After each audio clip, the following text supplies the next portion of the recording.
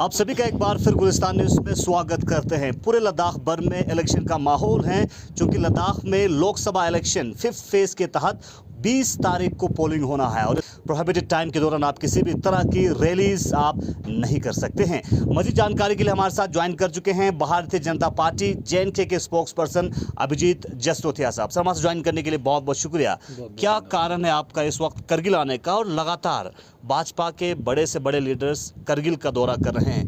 कहीं भाजपा को ये डर नहीं है कि ये सीट इस बार निकल जाएगी, इसलिए बड़े से बड़े लीडर्स को करगिल आने की जरूरत पड़ रहा है? देखिए, पहले तो बहुत बहुत धन्यवाद आपका और आपके चैनल का भी बहुत बहुत धन्यवाद। और करगिल के जहाँ पर हम आज खड़े हुए हैं, इस धरती से भी मैं सभी को नमन करना चाहता हूँ।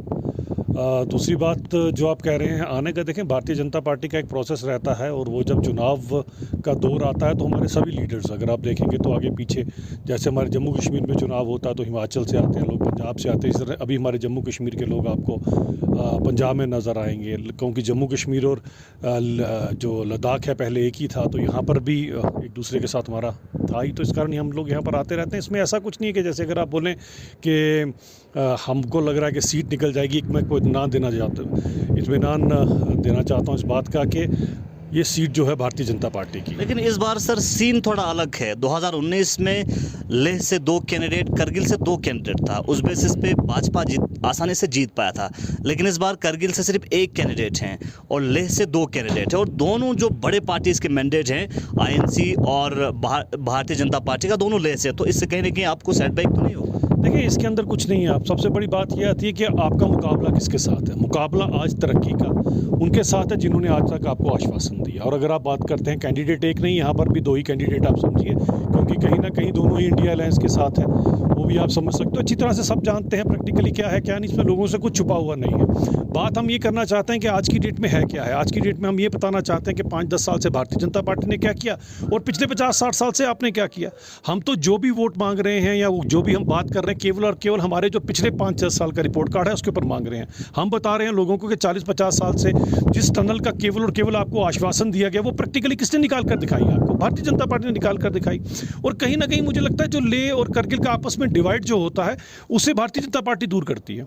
क्यों, मैं आपको स्पेसिफिकली बताना चाहता हूं कि जो भी यहां से नुमाइंदा निकल कर जाएगा, और ख़ासकर अगर आप टशी ग्यालसन की बात करें, जो मेरे बड़े पुराने मित्र भी, हम दोनों ने इकट्ठे बड़ा काम भी किया हुआ है, और मैंने जो मेरी अंडरस्टैंडिंग है, उनके लिए लेह और करगिल दोनों एक ही तरह के हैं। उनके लिए दोनों के तरफ एक बराबर की हिस्सेदारी करने की बात है। क्योंकि हम कहीं ना कहीं जो लोगों के बीच में भ्रम फैलाने की कोशिश करते हैं वो ये रहता है कि मैंडेट करगिल में रुकना चाहिए, मैंडेट लेह में रुकना चाहिए। हम ये नहीं बोलते हैं कि मैंडेट जो है वो लद्दाख का है और सारे का सारा मैंडेट इकट्ठा होना चाहिए।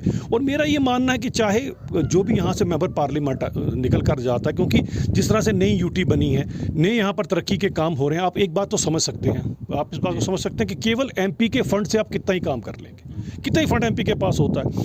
लद्दाख के अंदर जितने पैसे की ज़रूरत है, जो पैसा यहाँ पर लग रहा है, वो कई अरबों खरबों के अंदर पैसा आज लग रहा है। ये तभी लग पाता है यहाँ पर जब केंद्र में जो सरकार है वो जब यहाँ पर पैसा लगाती है। तो मुझे लगता है कहीं ना कहीं जो डिवाइड है लेह और करगिल का, उसे दूर करना चाहिए। और मुझे लगता है टशी ग्यालसन उसके लिए बिल्कुल फिट बैठते हैं। एक तो पढ़ा लिखा इंसान, एडवोकेट हैं वो, एज ए CC भी अच्छी परफॉर्मेंस रही हुई है, और पुराना लोगों के साथ उनका एक रिश्ता और नाता रहा हुआ है। मुझे लगता है कि जो आपस में हमारा, क्योंकि देखिए हमारी सबसे बड़ी डिमांड क्या थी लद्दाख की, अपनी UT की डिमांड थी। अब UT की डिमांड के बाद भी अगर हम आज भी लेह और करगिल को आपस में बांटने की कोशिश करेंगे तो मुझे लगता है ये कहीं ना कहीं एक नाइंसाफी है। सर, भाजपा लगातार डेवलपमेंटल कामों के बारे में कैंपेनिंग के दौरान जिक्र करते हैं और क्लेम करते हैं कि बड़े पैमाने पे डेवलपमेंट हुआ है, लेकिन दूसरी जानिब लद्दाख के कॉन्टेक्स्ट में कहें तो 6 शेड्यूल बड़े पैमाने पे डिमांड कर रहे हैं। 4 पॉइंट एजेंडा एपेक्स और KD ने रखा है। 6 शेड्यूल 2019 में भाजपा के मैनिफेस्टो में भी था, उसके बावजूद भी, मैनिफेस्टो में रखने के बावजूद भी उसके ऊपर कोई कॉन्क्रीट सोल्यूशन नहीं निकला। क्या उससे भी कहीं ना कहीं असर नहीं पड़ सकते भाजपा को? देखिए, सबसे बड़ी बात यह आती है कि यहाँ पर प्रैक्टिकली इतने सालों के बाद कर किसने दिखाया। भले आप अगर जोजिला टनल की बात करें, बाकी सभी चीज़ों की, या UT जो बनी उसकी बात करें, किसने कर दिखाया? भारतीय जनता पार्टी ने कर दिखाया। इन सब चीज़ों के ऊपर भी बातचीत आपके सामने चल रही है, हर जगह पे बातचीत कर रहे हैं, यहाँ से लोग जाकर बातचीत कर रहे हैं। तो अगर कोई कर दिखाएगा तो हम ही कर दिखाएंगे। आप उन लोगों से क्या तवक्को रख सकते हैं जिन्होंने 50-60 साल से केवल और केवल लेह को करगिल के साथ, करगिल को लेह के साथ लड़ाओ? इसके अलावा कोई सियासत यहाँ पर की नहीं है। मुझे लगता है उन लोगों से आप क्या उम्मीद रखेंगे? उम्मीद उनसे की जाती है जो सही में आज इस यूटी को, लद्दाख को सही में एक उस जगह पर पहुंचाना चाहते हैं जहां पर विकसित भारत पहुंचने वाला है। और मुझे लगता है कहीं ना कहीं इस चीज़ों के ऊपर आज हर एक इंसान को, जितने हमारे युवा लोग हैं, उनको सोचना पड़ेगा कि अब आगे क्या है। सर, यूनियन टेरिटरी बनने के बाद खासकर यूटी की डिमांड लेह से बड़े पैमाने पे उठा और करगिल कहीं ना कहीं यूटी के अपोज कर रहे थे, लेकिन अब लेह और करगिल के जो लीडर्स हैं दोनों मिल के लद्दाख को स्टेट का दर्जा 6 शेड्यूल की मांग कर रहे हैं। और साथ ही साथ यूनियन टेरिटरी बनाए जाने के बाद अनएम्प्लॉयमेंट का कहीं ना कहीं कंसर्न युवाओं में देखने को मिला, चूंकि आपका गेजेटेड पोस्ट का अभी तक किसी भी तरह के रिक्रूटमेंट नहीं हुआ। तो इन विषयों को कैसे भारतीय जनता पार्टी टैकल करेंगे, क्योंकि 2019 के बाद से लगातार अनशन भी आपने देखा कि लेह में देखने को मिला। तो इन सारी चीज़ों को मद्देनजर रखते हुए कहीं ना कहीं भारतीय जनता पार्टी को चैलेंज तो है लद्दाख में। देखिए, मैं ये कहना चाहता हूँ कि एक चीज़ तो समझिए कि जहाँ पर भी है, खासकर अगर आप अनएम्प्लॉयमेंट की बात करती है तो उसकी तो दिक्कत प्रॉब्लम रहने वाली नहीं है उसके अंदर, क्योंकि जिस तरह से आपकी तरक्की यहाँ पर होगी, है तो टूरिस्ट प्लेस है, जिस तरह से टूरिज्म यहाँ पर होगा तो और है भी कितना प्रैक्टिकली टूरिज्म शुरू हो गया। जहाँ पर हम आज करगिल में खड़े हैं, यहाँ पर आप कभी सोच सकते थे इतने सारे होटल होंगे, और ये सब मैक्सिमम होटल पिछले 4-5 सालों से उभर कर सामने आए, क्योंकि टूरिज्म बढ़ रहा है। दूसरी एम्प्लॉयमेंट की अब बात करें, जब जम्मू कश्मीर के साथ लद्दाख था तो उस समय कितनी सारी एम्प्लॉयमेंट थी जो जम्मू कश्मीर से यहाँ पर दी जाती थी। अब आ जाके सारे का सारा हिस्सा जो है वो लद्दाख के लोगों का ही है। लेकिन और पब्लिक सर्विसेज कमीशन की बात करें, गेजेटेड पोस्ट की बात करें, उन सारा जो रिक्रूटमेंट है वो यूनियन टेरिटरी बनाए जाना, अभी तक फिलहाल उसके बारे में पॉलिसी नहीं बनाया, क्योंकि इससे पहले जो गेजेटेड पोस्ट का रिक्रूटमेंट होता था। देखिए, एक बड़ी यंग यूनियन टेरिटरी है, अभी तो बनी है, थोड़े दिन पहले ही, थोड़े साल पहले ही तो बनी है। बड़ी सारी चीज़ें हैं, PSC होगी, बड़ी सारी चीज़ें हैं जिनको भी बनाने, और उनके लिए मेरे को लगता है फाइलें शाइलें सब अप्रूव हो चुकी हैं और वो प्रैक्टिकली काम हो ही रहा है पाइपलाइन में। एकदम से तो कुछ नहीं होता, थोड़ा सा टाइम जरूर लगता है। मुझे लगता है जिस तरह से लद्दाख के ऊपर एक स्पेशल कंसंट्रेशन, स्पेशल फोकस है भारतीय जनता पार्टी का, एक चैलेंज के तौर पर भारतीय जनता पार्टी ने लद्दाख को लिया हुआ है। और आज लद्दाख के लोगों को आकलन तो करना ही पड़ेगा कि पहले क्या था और अब क्या, और इससे आगे क्या होगा। देखिए, आगे का फ्यूचर भी सोचना पड़ेगा। बड़े बुद्धिजीवी लोग हैं सारे लद्दाख के लोग, इतना तो समझेंगे सबके सब कि जिसकी सरकार 4 जून को बनने वाली है और नरेंद्र मोदी जी तीसरे प्रधानमंत्री बनने वाले, जब हम भी लद्दाख का एक फूल जाकर उन 400 फूलों के बीच में बैठा होगा वहाँ पर, जब वहाँ पर वो हमारा भी एक नुमाइंदा बैठा होगा, तो ये जो तरक्की आगे बढ़ेगी। आप क्या सोच सकते हैं अगर ऐसा ना हो, अगर कहीं गलती से कोई और आ जाए, तो क्या आपको लगता है कि वो बात कर सकते हैं जो टशी ग्यालसिन कर पाएंगे? ये कोई सोच सकता है? सबसे बड़ी बात मैं इसमें जरूर ये ऐड करना चाहता हूँ कि देखें, हमें ये चीज़ समझना पड़नी है कि अगर हम सब ने बीड़ा उठाया है कि हमने अपने लद्दाख को एक अलग सा जगह एक ऐसी बनानी है, टूरिस्ट हब भी बनाना है, एम्प्लॉयमेंट का हब भी बनाना है, और यहाँ पर प्रैक्टिकली हर इंसान का जो स्टैंडर्ड ऑफ लाइफ है वो भी ऊपर आए, पर कैपिटा इनकम भी इंसान की बढ़े। और क्योंकि एक बड़ा इलाका तो बड़ा अच्छा है, 6 महीने के लिए तो बड़ा अच्छा रहता है, लेकिन वो 6 महीने की जो सर्दियों की चैलेंजेस है उसके अंदर भी हर इंसान उसी तरह से अपनी जीवन यापन करे जिस तरह से वो 6 महीने गर्मियों के बिताता है। तो इस सब के लिए कहीं ना कहीं इलाके की डेवलपमेंट बड़ी इंपॉर्टेंट है। आज से पहले आप सोचे करगिल से जंस्कार जाना होता तो 2 दिन भी लग जाते थे आपके सामने। आज आपके सामने चीज़ें हैं, जंस्कार से मनाली आप पहुँच जाएँ, आप यहाँ से जंस्कार से ले पहुँच जाएँ। और अगर आने वाले समय में जो आपकी टनल है, मैंने अपने प्रेस कॉन्फ्रेंस में भी कहा था कि सुबह अगर आप घर से नाश्ता करके निकलते हैं करगिल से, दोपहर को आप भोजन करें श्रीनगर में, तो रात का फिर से आप अपनी फैमिली के साथ डिनर यहाँ पर आके कर सकते हैं। कोई इंसान सोच सकता था आज से 5 साल पहले ही कि क्या ये टनल कभी निकलेगी?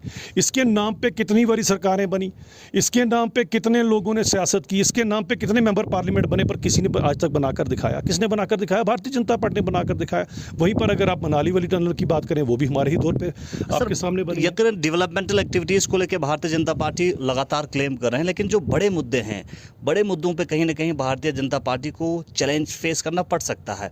खासकर अगर हम करगिल के कॉन्टेक्स्ट में कहें तो करगिल एयरपोर्ट की जो मांग है पिछले 60-70 साल से लोग कर रहे हैं। कांग्रेस का सरकार रहा, उस वक्त भी मुकम्मल नहीं हुआ।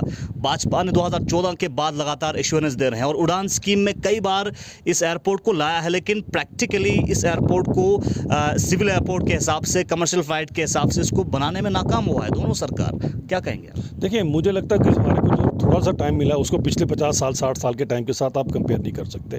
भारतीय जनता पार्टी एक ऐसी पार्टी जो बात कहती है वो कर भी दिखाती है। कभी कभी थोड़ा विलंब हो सकता है, मैं समझ सकता हूँ उसके अंदर, लेकिन इतनी गारंटी है कि ये एयरपोर्ट ज़रूर बनेगा और आपके सामने सिविल एयरपोर्ट ये ज़रूर यहाँ पर फ्लाइट्स भी लैंड करेंगे और आप लोगों के लिए भी आसानी होगी, जैसे ले के लोगों के लिए आसानी है। ये एश्योरेंस तो आप उसी पार्टी से ले सकते हैं जिन्होंने टनल निकाल के दिखाई, ये एश्योरेंस उन्हीं से ले सकते हैं जिन्होंने जंस्कार तक रोड आपका पहुँचा कर दिखाया, ये वही उनसे एश्योरेंस ले सकते हैं जिन्होंने ओवरऑल डेवलपमेंट की बात की है। हम जो भारतीय जनता पार्टी है सबका साथ, सबका विकास और सबका विश्वास में यकीन रखती है, और जब सबकी बात की जाती है तो फिर इसमें कोई परिवारवाद नहीं होता। आज जो डायनेस्टिकल पॉलिटिकल पार्टीज हैं वो तो यही सोचेंगी कि परिवारवाद के चलते सब कुछ हो जाए। हमारे लिए तो अगर आज कोई भी नेता उभर कर आता वो किसी परिवार की बैकग्राउंड से नहीं आता। इससे पहले जो नुमाइंदे थे या अभी कोई नुमाइंदे हैं, इनकी कोई बैकग्राउंड वैसी नहीं है। तो मुझे लगता है जो इंसान जब परिवारवाद से बाहर निकल कर सोचता तो वो आपकी तरक्की का सोचेगा। उसके लिए पूरे का पूरा लद्दाख ही उसका परिवार है, जिस तरह से पूरा हिंदुस्तान मोदी जी का परिवार है। तो मुझे लगता है कि लोगों को बड़ा सोच समझ के इस बारी इन इंतखाबात में अपनी शिरकत करना पड़ेगी। और अगर सही में ही अगर हम लद्दाख को आगे लेना चाहते हैं तो इस समय कहीं ना कहीं जो पुराना जो भी हुआ, पुराना जिस हिसाब से भी लोगों ने हमारे को आज तक डिलीवर नहीं किया है, उसका आकलन ज़रूर करना पड़ेगा। और एक बार मैं हर एक से रिक्वेस्ट करूंगा, सुबह जब आप 20 मई को जब आप सुबह वोट डालने जाते हैं तो एक बार ज़रा 2 मिनट के लिए अपनी आंखें बंद करके सोचिएगा 60 साल पुराना का भी और 10 साल पुराने का भी दौर, दोनों का कंपैरिजन कीजिएगा। उसके बाद आपकी जिसको मन करता है उसको आप वोट डाल दीजिए। और लेकिन मैं सबसे रिक्वेस्ट करूंगा कि लद्दाख की तरक्की को ना रोकें। चलिए, बहुत बहुत शुक्रिया। हमारे साथ भारतीय जनता पार्टी के स्पोक्स पर्सन अभिजीत जसरोटिया साहब बात कर रहे थे और लगातार दावे कर रहे हैं कि डेवलपमेंटल एक्टिविटीज़ का और लद्दाख को आगे बढ़ाने की बात किया जा रहा है। लेकिन ये आने वाला वक्त ही बताएगा। 20 तारीख को मतदान है और 20 तारीख को पोलिंग करना है। उस दिन लोग यकीनन वोट करेंगे अपने हिसाब से और जो पार्टी उनको पसंद आए उसी को वोट करेंगे। और एक अहम चीज़, वोट करना ना भूलिए, ये आपका हक है। अब बने रहिए गुलिस्तान न्यूज़ के अपडेट्स के लिए।